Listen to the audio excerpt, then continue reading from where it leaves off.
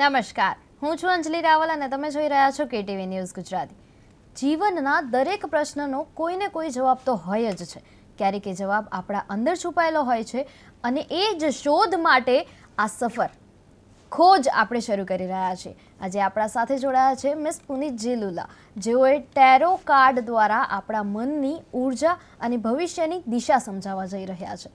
પુનિતજી, આપનું સ્વાગત છે. Thank you. ચાલો તો શરૂ કરીએ આજની માર્ગદર્શક સફર. સૌપ્રથમ દર્શક મિત્રોને જણાવો કે ટેરો કાર્ડ રીડિંગ જે છે એનો અર્થ શું છે? ટેરો કાર્ડ રીડિંગ એટલે કુંડલી વગરનું જ્યોતિષ. આપણે કુંડલીમાં જન્મ તારીખ, જન્મનો સમય તથા જન્મનો સ્થળ આ બધી વસ્તુઓની જરૂરત પડતી હોય છે. બટ ટેરો કાર્ડ એક એવા દિવ્ય પત્તા છે જેની અંદર આ કોઈ પણ ડિટેલ જાણ્યા વગર ફક્ત વ્યક્તિનું નામ તથા પ્રશ્ન આ બે વસ્તુ ક્લિયર હોય તો ટેરો કાર્ડ રીડિંગ પ્રિસાઇઝ એટલે એક્યુરેટ આવે છે અને કોઈ પણ પ્રકારના પ્રશ્ન આમાં તમે એનું સોલ્યુશન લાવી શકો, સચોટ માર્ગદર્શન મેળવી શકો છો.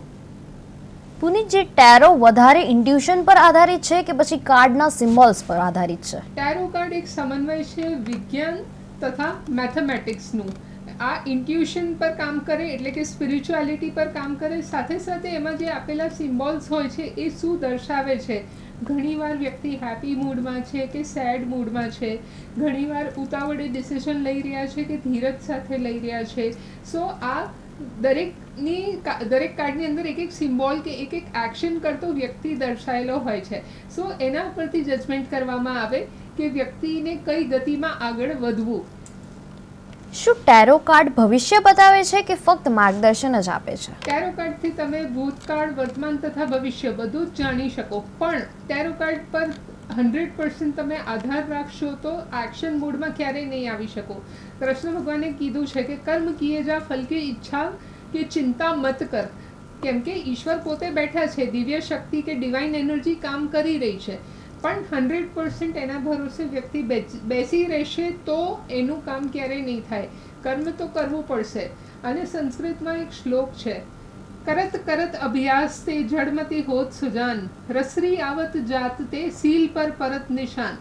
એટલે તમે નિરંતર પ્રયત્ન કરતા રહેશો તો તમારું કાર્ય સિદ્ધ થશે. અને જ્યારે નિરંતર પ્રયત્ન થાય તો એક રસ્સી હોય ને એ પણ પથ્થર પર પોતાનું નિશાન છોડી શકે છે. એટલે પ્રયત્ન કે કર્મ તો કરવું જ પડશે, પછી તમે આના બેઝ પર સચોટ માર્ગદર્શન મેળવી શકો છો. પુનિતજી, રીડિંગ કરતા પહેલા તમે કાર્ડ સાથે એનર્જી કેવી રીતે જોડો છો? આ બહુ જ સરસ ક્વેશ્ચન છે. સવારે જ્યારે ધ્યાન કરતા હોઈએ, ધ્યાનની વખતે શું થાય, તમે એક દિવ્ય ઉર્જા સાથે કનેક્ટેડ છો, યુનિવર્સલ એનર્જી. અને બ્રહ્માંડમાં તરંગો કેવી રીતે હોય, આપ સૌ પાસે મોબાઈલ હશે અને મોબાઈલ સેટેલાઇટના વેવ્સથી કનેક્ટ થાય છે.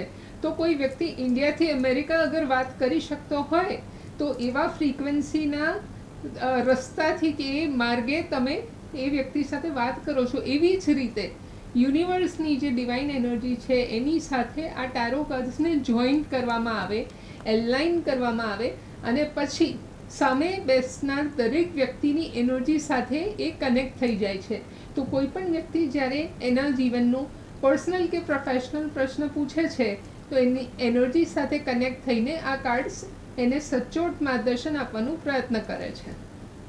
પુનિતજી, ટેરો કાર્ડ્સ જે છે એ હમણાં લોકોએ સાંભળ્યો છે. આ જે શબ્દ છે, આ જે આખી પદ્ધતિ છે એ હજી હમણાં જ લોકોએ સાંભળી છે. એની પહેલાં ટેરો કાર્ડ્સ વિશે કંઈ હતું નહીં. તો શું આ પહેલેથી ચાલતું આવ્યું છે કે પછી હમણાં જ આ ચાલુ થયું છે પણ નામ બદલાઈ ગયું છે, એવું કાંઈ છે? એકચ્યુઅલી આ થિયરી સ્ટાર્ટ થઈ ઇજિપ્તથી. ઇજિપ્તની અંદર જે પિરામિડ્સ છે એ પિરામિડ્સની અંદર એક લિપિ દોરેલી છે કે કોતરણી કરેલી છે અને લિપિનું નામ છે હિરોગ્લિફ.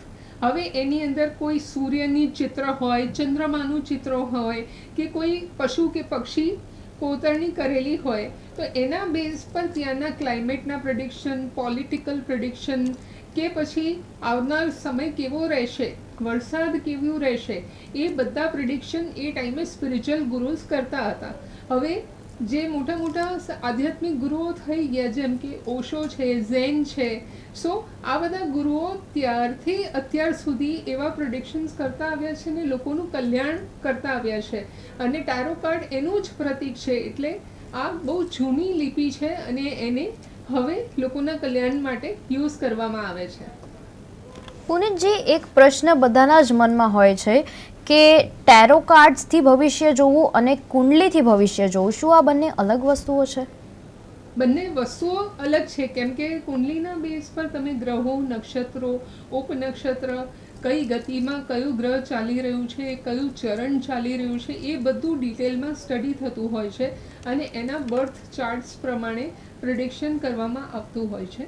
જ્યારે ટેરો કાર્ડ્સમાં it is only based on question, તમારું ક્વેશ્ચન કેટલું પ્રિસાઇઝ છે.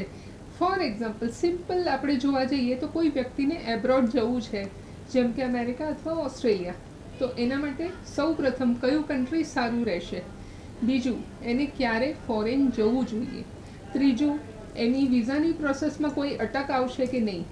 એવી રીતે અલગ અલગ ક્વેશ્ચન્સ જ્યારે એક્યુરેટલી ચેક કરવામાં આવે તો tarot cards more than 97% accurate answer આપે છે. That's very nice Punitji. શું દરેક વ્યક્તિ ટેરો શીખી શકે છે કે તેમાં કોઈ ખાસ ઇન્ટ્યુશન જોઈએ છે? સૌ પ્રથમ કોઈ પણ વ્યક્તિનું મન અગર નિર્મળ હોય ને તો એ બીજા વ્યક્તિનું કલ્યાણ અવશ્ય કરી શકે છે. મનમાં અગર કોઈ વિચાર આવે છે, કોઈ ટેન્શન કે બર્ડન લઈને ચાલો છો તો પ્રેડિક્શન કરવા અઘરા પડે. પણ આ ટેરો કાર્ડ્સ એકદમ સિમ્પલ છે અને મારા સ્ટુડન્ટ્સ જે છે એ 15 યર્સથી લઈને 75 યર્સ સુધીના એજ ગ્રુપના સ્ટુડન્ટ્સ છે જે લોકોએ ટેરો શીખ્યું છે. તો ટેરો શીખવાની એકચ્યુઅલી કોઈ એજ નથી, પણ પ્રોપર વ્યક્તિમાં મેચ્યોરિટી હોય અને બેઝિક નોલેજ હોય, સાથે સાથે મેં કીધું એમ કલ્યાણ કરવાનો ભાવ હોય અને મનમાં કોઈ કપટ કે સ્વાર્થ ભાવ ના આવે તો ડેફિનેટલી આ ટેરો કાર્ડથી તમે લોકોનું કલ્યાણ અને પ્રિડિક્શન્સ કરી શકો છો. પુનિતજી, આપણે હવે આગળ વધીએ આજના રાશિચક્ર વિશે. તો સૌપ્રથમ આપણા દર્શક મિત્રોને જણાવશો કે જે મેષ રાશિના જાતકો છે એમના માટે આજનો દિવસ કેવો રહેવાનો છે? આજના મેષ રાશિનું કાર્ડ આવ્યું છે સ્લોઈંગ ડાઉન. નાનપણથી આપણે એક સસલું અને ખરગોશની ખરગોશ અને કાચબાની કહાની કે વાર્તા આપણે સાંભળતા આવ્યા છીએ. તો slowly and steadily wins the race, એટલે ધીરજથી તમે સફળતા ચોક્કસથી મેળવી શકો છો. કોઈ પણ સ્ટેપ જ્યારે ઉતાવળમાં લેવામાં આવે તો ડેફિનેટલી એમાં ભૂલો પડી શકે, પણ ધીરજ સાથે લેશો તો આજનો દિવસ તમારા માટે ખૂબ સફળ નીડવશે.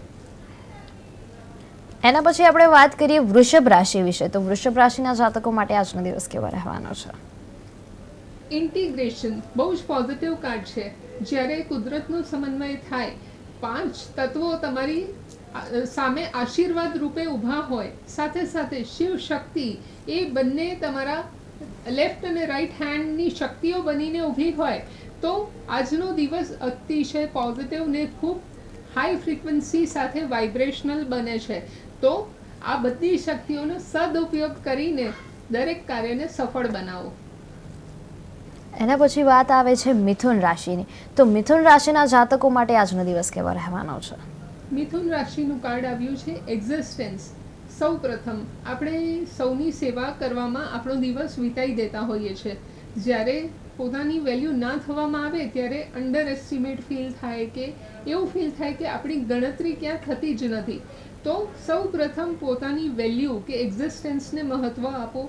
આ મનુષ્યરૂપી જીવન મળ્યું છે તો એની વેલ્યુ તમે જાતે કરશો, પછી દુનિયા કરશે. તો મિથુન રાશિવાળા જાતકોને એ જ કહીશ કે એક્ઝિસ્ટન્સ કે સેલ્ફ રિસ્પેક્ટ પર પહેલાં વર્ક કરવું જરૂરી છે. સૌને રિસ્પેક્ટ આપો, સૌ પ્રથમ તમે પોતાને રિસ્પેક્ટ આપો.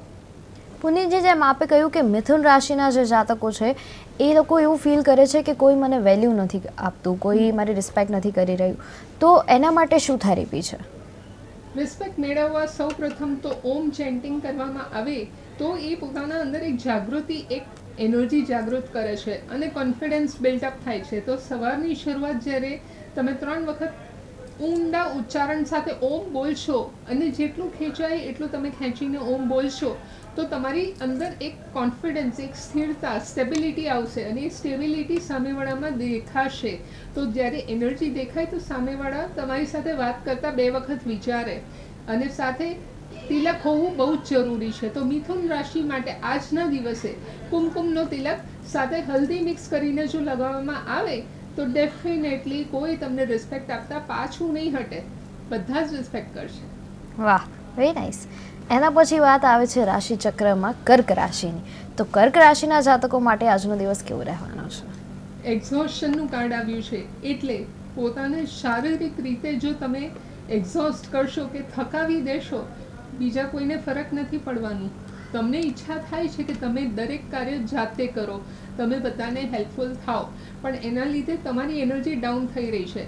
સો હવે વારો છે પોતાની એનર્જીને બચાવવાનું. જેટલું થાય એટલી ડ્યુટીઝ તમે બીજાને સોંપીને પોતે હાયર ડ્રીમ્સ તરફ અપ્રોચ કરી શકો છો. એટલે પોતાને નેગેટિવલી એક્ઝોસ્ટ કરવાની કાંઈ જ જરૂર નથી.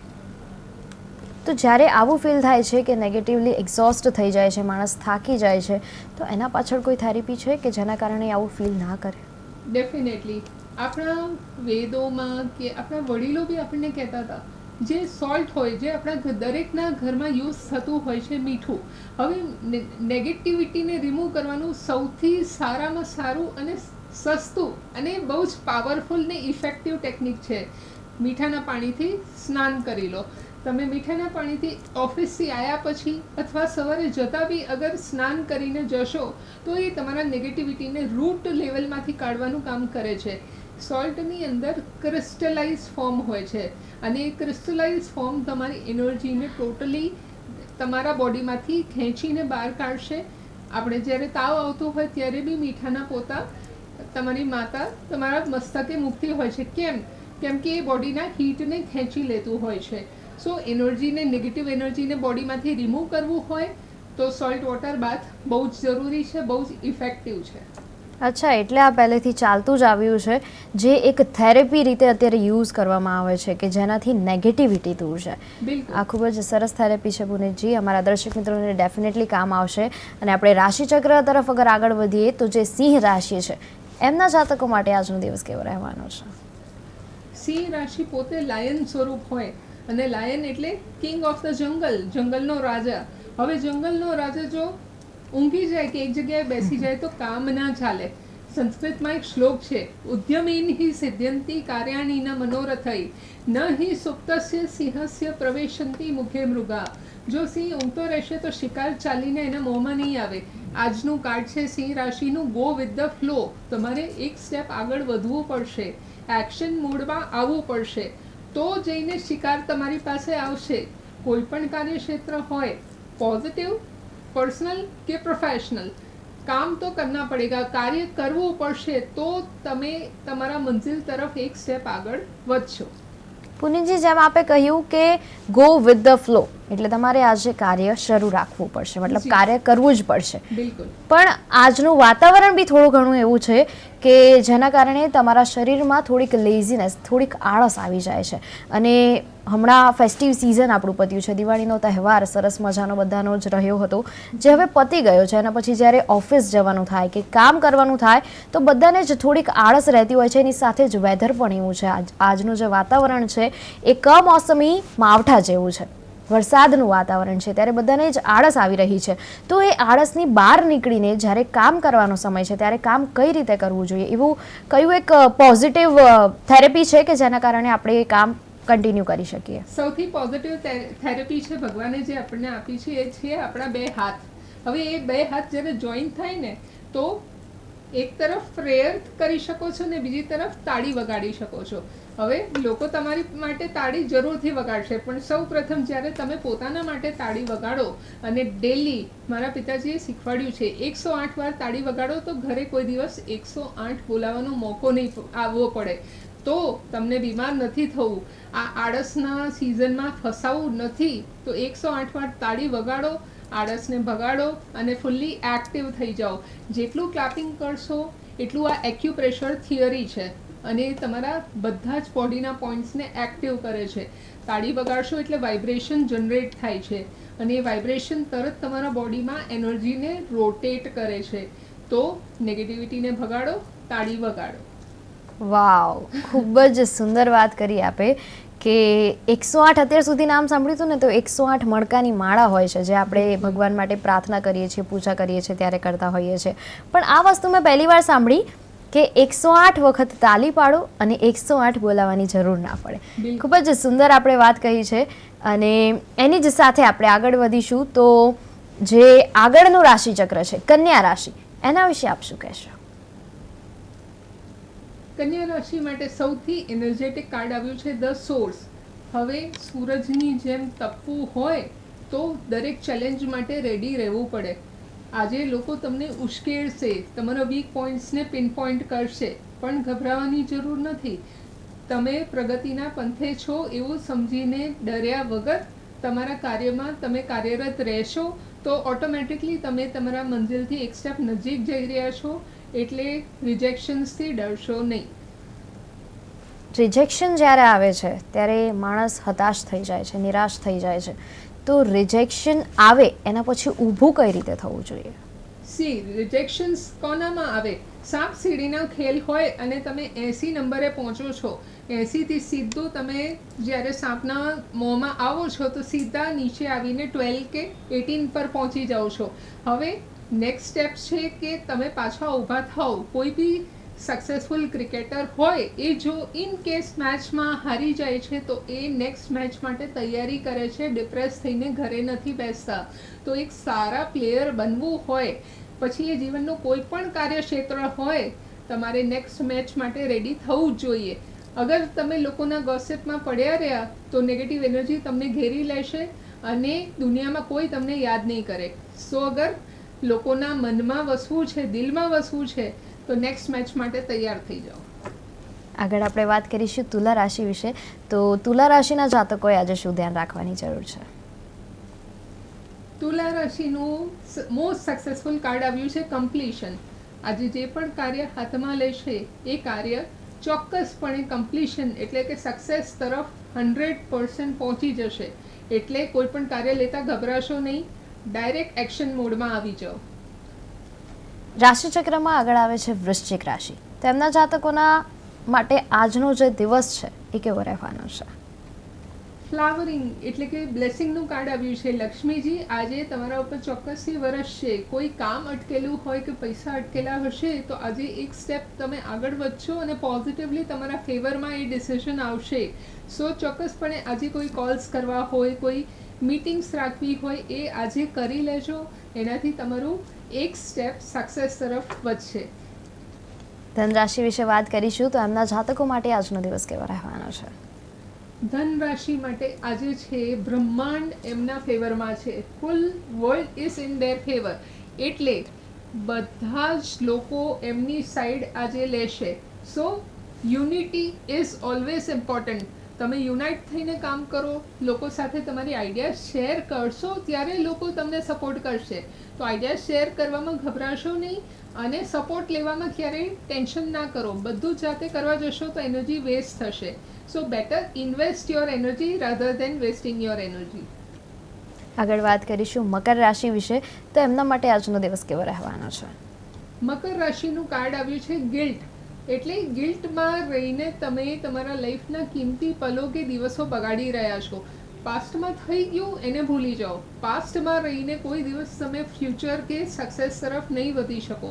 તો પોતાને ગિલ્ટી ફીલ કરાવવાથી કે ઇન્વર્ટ ફીલ કરાવવાથી સક્સેસ નહીં મળે.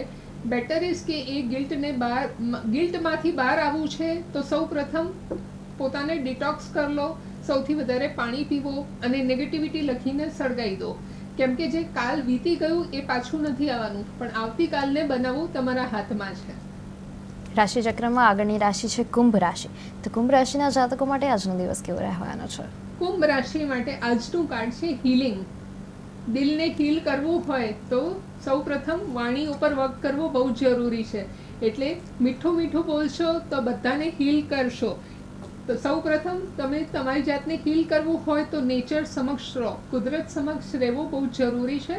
અને ગ્રીનરી તમારા હાર્ટ ચક્રને સીધું હીલિંગ આપે છે. તો ગ્રીનરીની નજીક 15 થી 20 મિનિટ દિવસમાં આજે ચોક્કસથી વિતાવશો. એનાથી હાર્ટ ચક્રની ઇમોશનલ બેલેન્સ બહુ જ સારું રહેશે.